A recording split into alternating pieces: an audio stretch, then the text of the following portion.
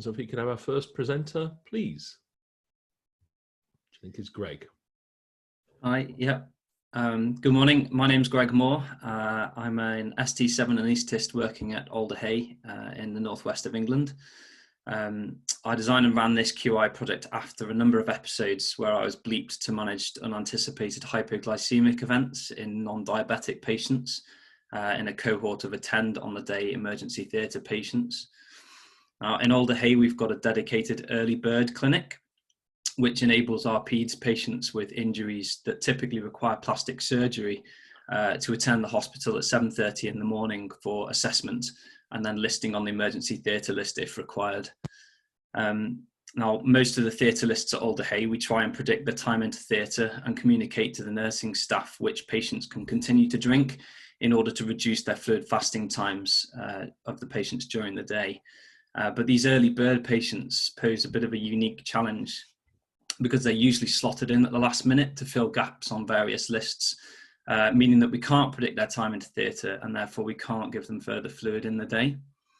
And all these patients are given specific fasting instructions to stop fluid intake at 6 a.m. But the suspicion was that the fasting times were actually much longer than this, leading to the hypoglycemic events. So I set out to establish what the fasting times actually were and whether I could improve the hospital systems to try and reduce these adverse events. So with the help of the surgical admissions team, I collected questionnaire data on all the early bird patients over a 3-week period to establish their actual fasting times and their willingness to have a sugary drink if requested. Now, over the 3 weeks, we got data from 36 patients. Over 50% of them have been starved since well before midnight, despite the specific advice being given.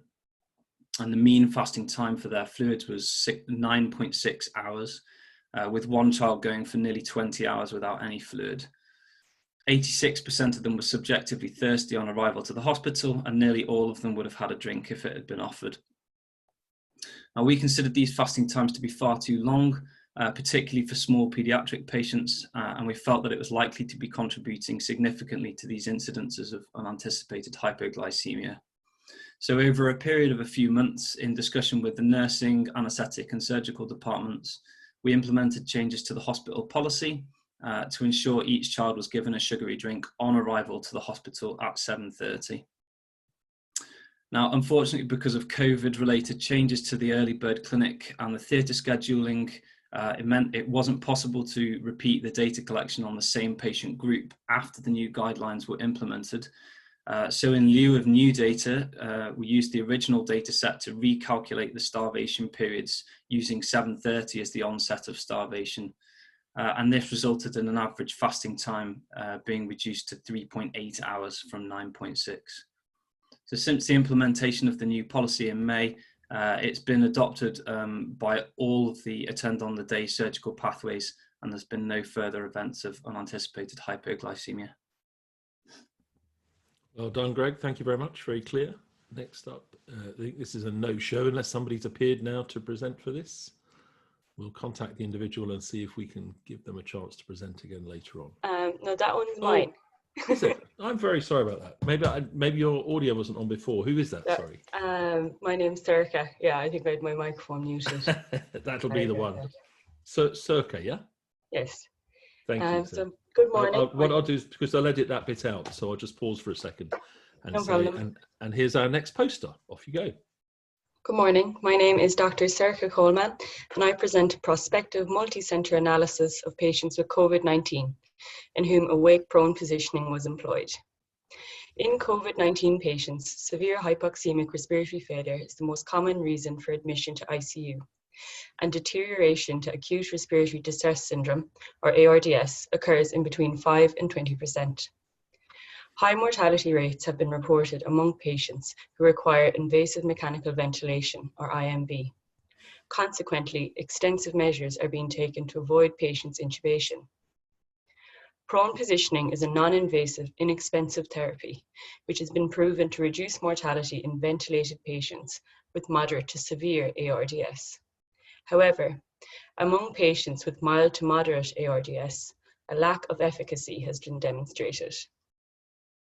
Awake prone positioning has been incorporated into COVID-19 treatment plans to reduce the need for IMV. However, the success of APP has not been formally studied outside of case series. We sought to investigate the requirement for IMV in patients who underwent APP during the initial COVID-19 surge in Ireland. Our secondary outcomes were change in SpO2-FiO2 ratio and mortality. De-identified data was uploaded to REDCap, an encrypted, highly secure web-based server, which was then used for statistical analysis. 89 patients were managed with awake prone positioning at 8 hospital centres across Ireland. The average patient age was 55 years and mean BMI was 29. The patient group had a large burden of comorbidities. 35% of patients were in intensive care, with the remainder in HDU or on a general ward. SpO2, respiratory rate, FiO2 and SF ratio before, during and after proning are outlined in Table 1. The average length of an APP session was 6.3 hours. Patients with a pre-proning SF ratio of less than 150 were not more likely to require mechanical ventilation compared to those with an SF ratio of greater than 150. There was no significant difference in the pre-proning SF ratio on initial proning for patients that went on to require IMV.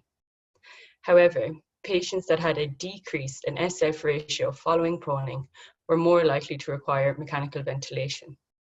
Of these patients, 32% required ventilation and 6% died. The 62 non-intubation patients had a significant improvement in oxygenation and SF ratio post-proning compared to those who progressed to intubation. Our study has revealed that patients with a static or decreased SF ratio on their initial proning were more likely to require mechanical ventilation. Thank you. Thank you, Sorcha. Next up is Rasheen.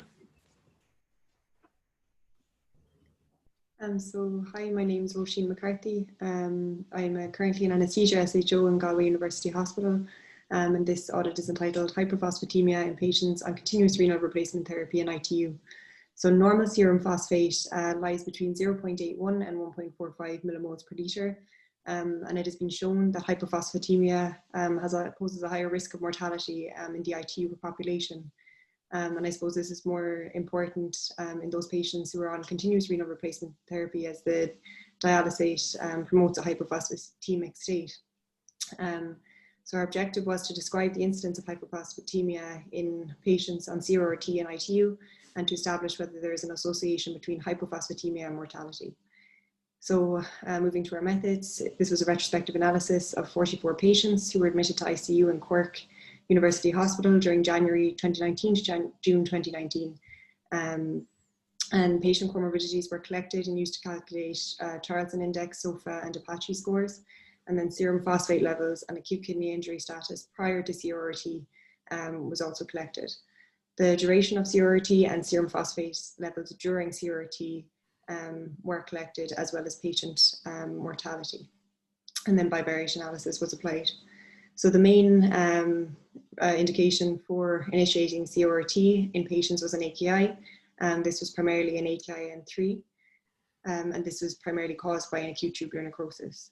So looking at the table, in the yellow table in the left corner, so this clearly shows that there is a high incidence of hypophosphatemia during CRRT. And so follows on from this that a prolonged CRRT time was associated with hypophosphatemia, and this was the only variable we found associated with it. So mortality related to hypophosphatemia was also estimated, and this is shown in the graph here as well. So this compares normal phosphate levels and low phosphate levels and their impact on mortality, and there was clearly no significant difference between the two of them. So advanced patient age, prolonged admission, and a higher Charlson Index were associated with a higher risk of mortality at 90 days, but hypophosphatemia wasn't. So in conclusion, hypophosphatemia is impacted by the duration of CRRT. As I said already, this is probably due to the composition of the dialysate. However, hypophosphatemia in this study was not associated with mortality.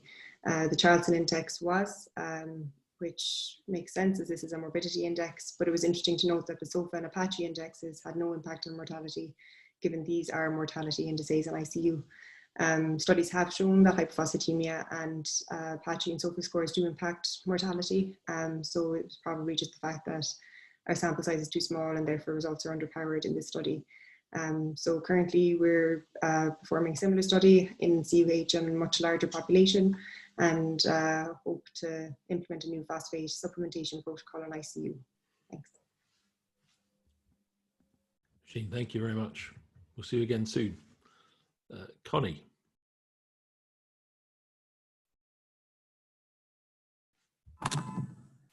Hi, I'm Connie. I'm in my 4th year of medical school at UCL, and I took part in this project as part of my IBSc in physiology. And as Monty said, was lucky enough to work alongside Professor Mythen and Dr. Davies. So starting with a little bit of background on physiology, one of the body's natural compensatory mechanisms to hemorrhage is regional vasoconstriction, to maintain arterial pressure and direct blood to the vital organs, often at the expense of the gastrointestinal tract, as summarised in the top left, figure 1. Unfortunately, studies have linked this gut hypoperfusion to post-operative complications through ischemic damage to mucosal cells. Vasopressors given to patients work on a similar principle. So in this study, we wanted to see how incremental hemorrhage and the vasopressor phenylephrine affected porcine gut mucosal microcirculation, and then also to see how hemodynamic variables responded. So what we did, 6 anaesthetized subjects were bled in 4 incremental stages. So beginning by draining an estimation of 5% of total blood volume, then to 10, then to 15, and finally to 20%. And the blood was then retransfused and fluids given. IV phenylephrine was given after baseline and following each bleed, and a range of hemodynamic variables were measured at every stage of the procedure. And gut mucosal microcirculation was assessed using camera imaging of the small intestine, and the capillary blood flow was scored with a higher score indicating superior blood flow. So as for the results, firstly looking at the middle top, figure 2, the gut microcirculation scores shown by the red circles dropped quite rapidly with hemorrhage from as little as 5% blood loss. And then considering the reaction of the hemodynamic variables below, although mean arterial pressure and stroke volume responded to hemorrhage, as shown by the left red graphs, they returned to near enough baseline values following phenylephrine administration, shown by the right green graphs. So not only sort of masking the hypovolemia, but also the severe gut hypoperfusion that was occurring at that point. And in fact, other than stroke volume variation and hypertension prediction index, no other variable showed a significant difference from baseline with vasopressor present. And that was even at 20% blood loss, and included things like central venous pressure, lactate, heart rate, base excess, cardiac output, and others. And finally, in the top right, figure 4, this is basically showing that phenylephrine didn't actually change the microcirculatory state significantly, so it didn't actually worsen it as could have been expected. So a lot of information considered there, but to summarize the important findings. So the gut microcirculation deteriorated from very early hemorrhage, and the majority of hemodynamic variables measured did not actually reflect this gut hypoperfusion or intravascular deficit.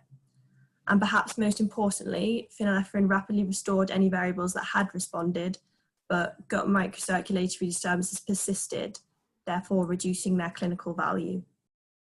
Thank you very much. Thank you, Connie. Next up, I think Dr. Burke and colleagues are a no-show at the moment, so we'll try and arrange to have this re-recorded unless someone's turned up in between. If not, we'll proceed to the next, which is Liam, I think, Liam O'Gorman.